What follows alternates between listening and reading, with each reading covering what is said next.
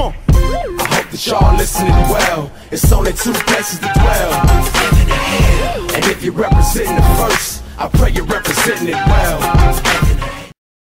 Hi. Christians.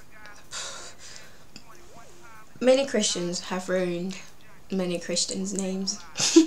Okay, fine. I was like one of them. For some random reason, being a Christian makes you feel like you're going to heaven. It makes sense because whatever religion you're with, you're in, you're gonna believe that religion is going to heaven, some sort of utopia after this life. So it makes sense that Christians would believe that they're going to heaven and that they're definitely not going to hell. There is some truth to that. The truth is that before Christ, there was no way we were going to heaven because God hated us and we'd broken ourselves from Him. And even though he didn't hate us as in like He was going to forget about us all altogether, but He hated the sins that we committed. And those sins made us too dirty to get with Him. God is too pure and holy. He cannot stand sin. And we can get close to Him, not because He hated us or anything, but because we were too dirty to touch Him. Because of Christ, that's why they say we have been cleansed. We're clean now, which basically means we can finally get to touch Him. If you don't know whether you're going to heaven or not, you should really not be telling anybody where they're gonna go. What you should do instead, and I'm not trying to tell you what to do or anything, but what I would do as a Christian is that I will tell somebody else what my experience is, why I love Christ and why I follow Him, and I'll try my best to spread love, not hate. I wouldn't say stuff like, you're going to hell, why are you doing this, why are you doing that, because I don't know if I'm going. So it's not fair to tell people where they're going to go because you don't know. So the truth is that because of Christ, we are more likely to go to heaven than we are to go to hell.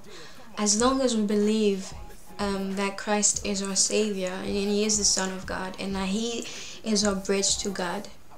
And because of that, we're going to start keeping the commandments. We're going to start doing the things that He wants us to, like spreading love and, you know, like not hurting anybody and basically just doing as He says. And you'll do those things because you love Him and because you accept Him. When people are looking at us as Christians, they are analyzing our behavior. They're analyzing the way we conduct ourselves among each other. They're trying to see if we actually do the things that we are telling them to do. We're not telling them to do it, but the things we so much hold to our heart. They are looking to see if we actually do those things. Do we forgive? Do we give the other cheek?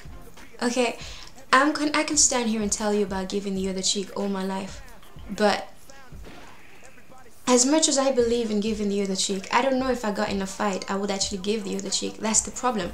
So I'm trying my hardest to actually accept those things, and it's not very easy when you live in a world where giving the other cheek make you look like a wimp. You're gonna have to throw in a few slaps or something. So it's kind of difficult. So these people are looking to see if everything we're talking about, we actually do those things. In that sense, our primary focus should be heaven. So that people who come over to try to be a Christian or just to try and understand what it's like, all they can see is love and all they can see is Christ. All they can see is that everything you're talking about, you're actually doing them or you're trying your hardest to do them. In my case anyway. When someone comes to you for help, because not for help necessarily, but if someone challenges you like, you're a Christian, what you think about all this? You can't say, I think you're going to hell. These people that go to church for the first time, some of them are people who've gone through the worst things in their life and now they're trying to turn to religion because they feel like it's the last resort. What they want to hear from you is everything's gonna be okay because you're with Christ now.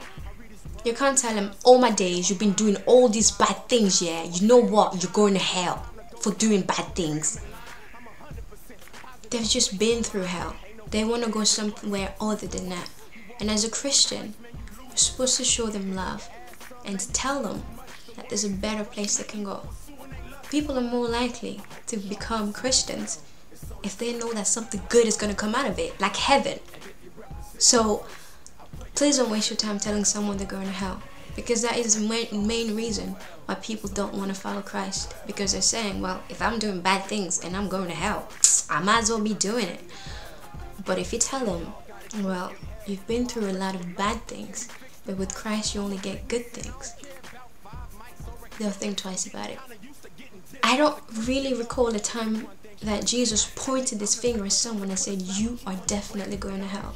When Christ was being battered, when he was being insulted and spat at, he was being whipped because of us, he only responded with love.